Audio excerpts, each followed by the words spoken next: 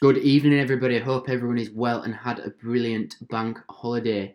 Slightly different to the bank holidays that we are used to, but nonetheless, the market has been moving. So I'm going to jump straight into it today, guys, and just go over, as we do, through the Bitcoin, XRP, Ethereum, and perhaps some stocks if we do see some of the stocks that, yeah, are worth looking at. So looking at this right here, we've seen, as we mentioned in previous breakdowns, guys, so I think we can start to see the long-term trend starting to form according to the forecast that we had in place. So we can see down to the bottom here, we've jumped straight back out of this channel just here, come back up, found a bit of support just here, broke down, broke through, come back up, retested, back up to resistance, back down to the bottom line of support just here, back up resistance, down support just here right as we speak. We are still trading within this zone right here. So I think it's going to be very, very interesting to see how it pans out. This is on the 1 hour time frame, so there's a lot of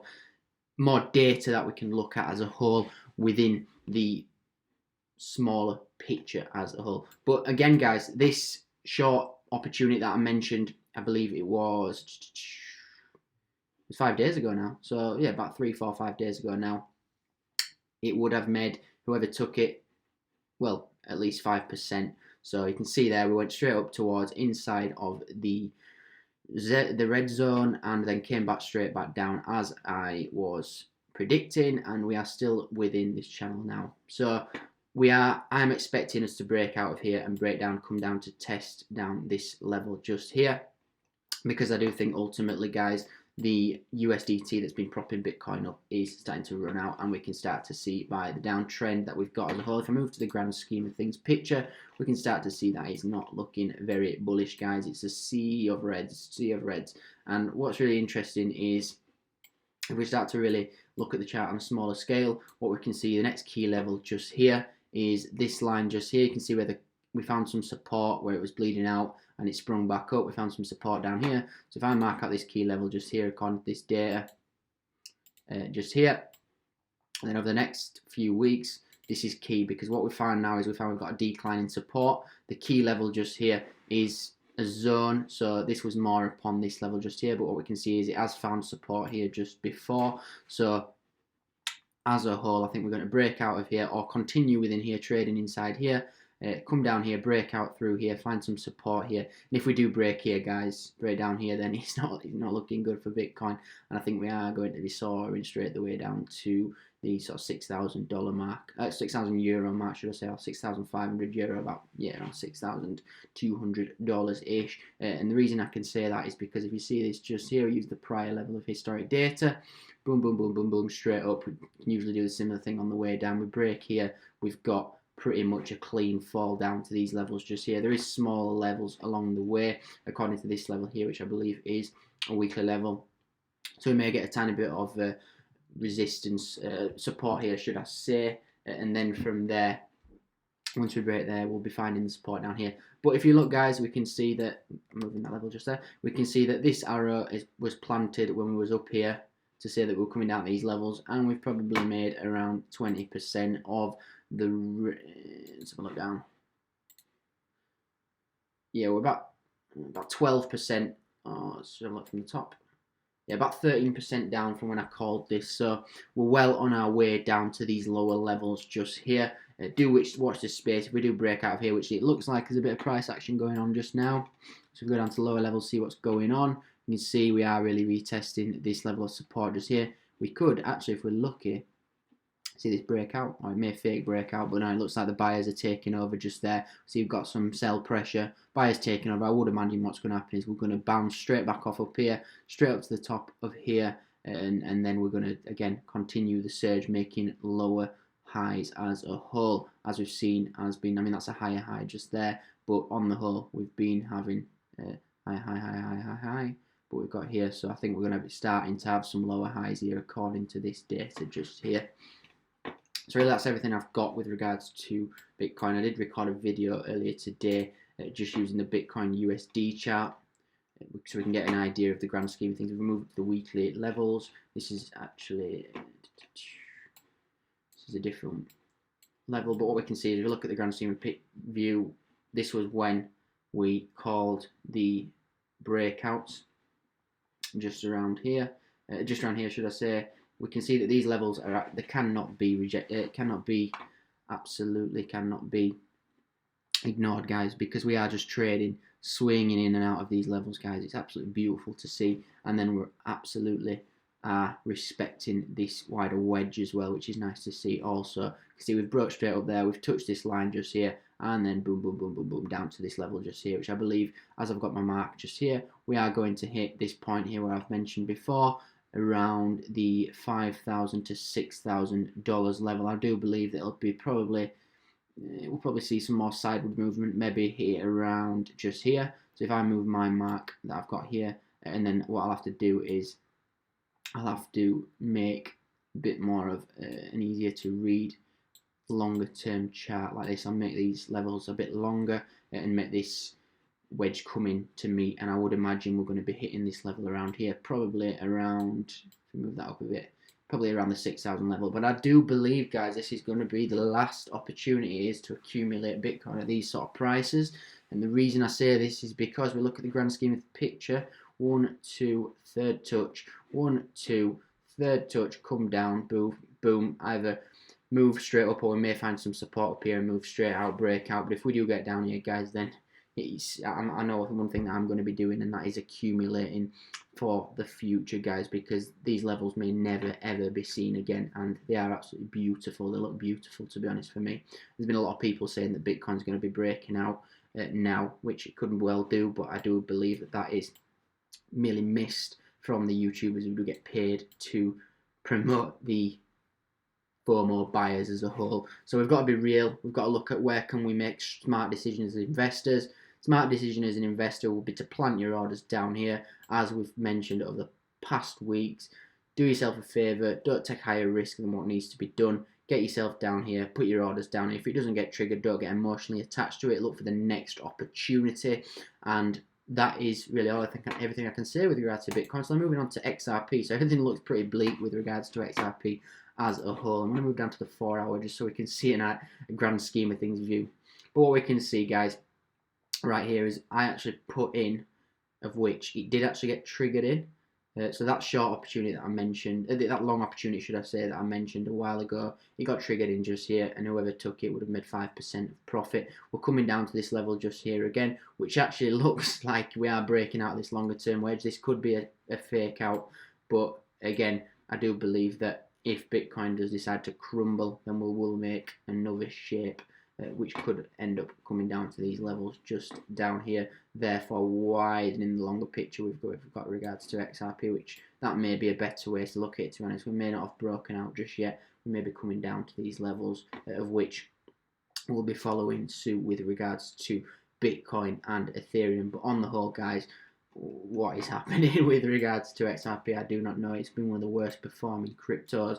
I am a very strong believer in the technology. I absolutely love it, and this is why I'm invested heavily in XRP, despite the fact that it has been one of the worst performing cryptos. The ultimate aim for XRP is to bridge cross-border payments and to integrate the banks. A lot of people do not like it because it is a banker's coin. It does get, the whole aim of Bitcoin was to bring power to the people with regards to people having control over the money, no middleman, this decentralized network, of which XRP does bridge the gap between the two and gives some of the bankers some control. But I do think, guys, it's got to be a good thing for the space if the bankers do start to adopt this, because currently they're not, which is having a result on the price. And think about the abundance of money that is going to be coming in once the institutional buyers, sellers are coming into the space as a whole.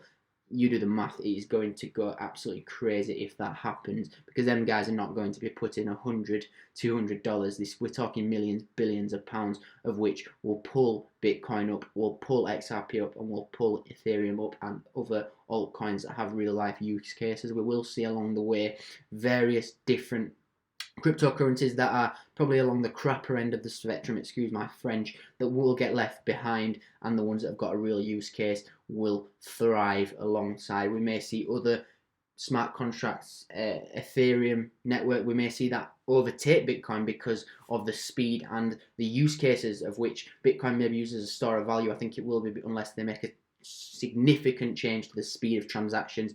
As we look at things like Bitcoin, they've got 7 transactions per second that they can go ahead and do as transactions. Visa has 12, around 1200. XRP, it's more than Visa. I know that they've got lightning fast, of which it is not reflected in the price.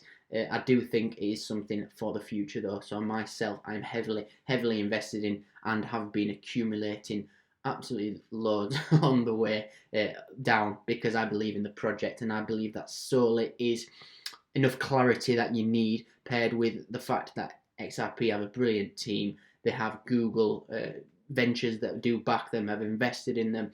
And really, guys, this is not financial advice, but I've done my research around that. If you want to go ahead and do that research, you can go and make your own decisions around that. And if you like a project, go ahead and back that project and show your support for making it reality, guys. So moving on to Ethereum. So I do apologise for the amount of lines I've got on this chart. I know it's looking rather messy. I do promise the next time I do a breakdown, we will be looking better. But looking at this, now this is very, very key for Ethereum as a whole. If we can see, we broke out this line, just this channel just here, which is beautiful. Moved up, come back, found this previous level of resistance just here, bounced straight back down within a channel, broke out upstairs, up to the top. Resistance back down within this channel, found some support down here. Now this is very key, guys, because we are getting rejected at this level just here, which is coming to fruition many times. Wick body, wick body, wick, bounce off straight up. We're going to come, I would imagine, either to find some resistance just here or within this channel just here. We do break out of this level, guys. The next level of support is just here, where we've seen that wick absolutely optimally touch just there. I can remember I mentioned that in previous breakdowns, guys. Look at how beautiful that wick was when we planted that line a while ago, according to the prior historic levels of support, guys. So we break out of here, we are looking at towards this level for Ethereum. So my eyes are very much downside for Ethereum. What I do imagine will happen is we'll come down here, then we'll come down and test this line, which was previous resistance, will have turned support, and then we'll come down and find some support down here long term, which really, guys, is really nice for the space as a whole, to see how much we can accumulate over the next few coming months, because there's no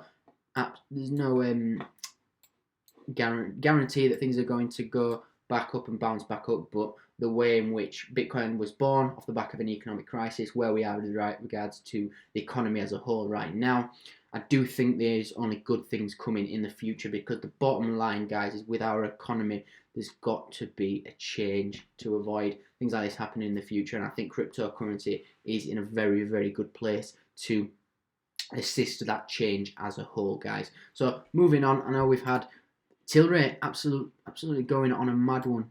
Beautiful. Look, we invested down here, and we're looking, and we've come straight out of here. Boom, straight out, $11 per share. And we are, according to other data, I mean, we have some pretty crazy runs, but according to other data in the past, we can see what TLRY is capable of, guys. So we look, it once went up to $300, which I've got as an all-time high just here, which really, you know, it doesn't, the space is new, cannabis is new, this is research, it's got a foot in the door, they're making a decent amount of money, you know, granted that they've declined in their price over and their income due to regulatory issues and management issues. But ultimately, guys, once the space becomes more regulated, I do think that TLRY will thrive. And like you can see just here, I've had this long position in ever since down here, and we're already looking at being, I mean, it's a crazy amount really, considering the where we invested. Price range, there you are, 300%. That is crazy, absolutely crazy. So, you know, these are lucky ones, you catch them at the bottom. So 300% from back down there. I think I got it around here, so 150%. So yeah, you doubled your money and a half already on that, guys, and the upside potential is massive. Again, I put it as my high risk portfolio, and it's paying dividends so far, so I cannot complain. But ultimately, guys, these are the higher risk ones, so I put in what I could afford to lose, and it seems to be paying off. So I'm going to let that run, see what happens. We'll get a bit more of a resistance just up here. If we break out up here, then I do think it's time to buckle up with regards to this price as a whole, because we'll probably be looking at towards the $50 mark after that.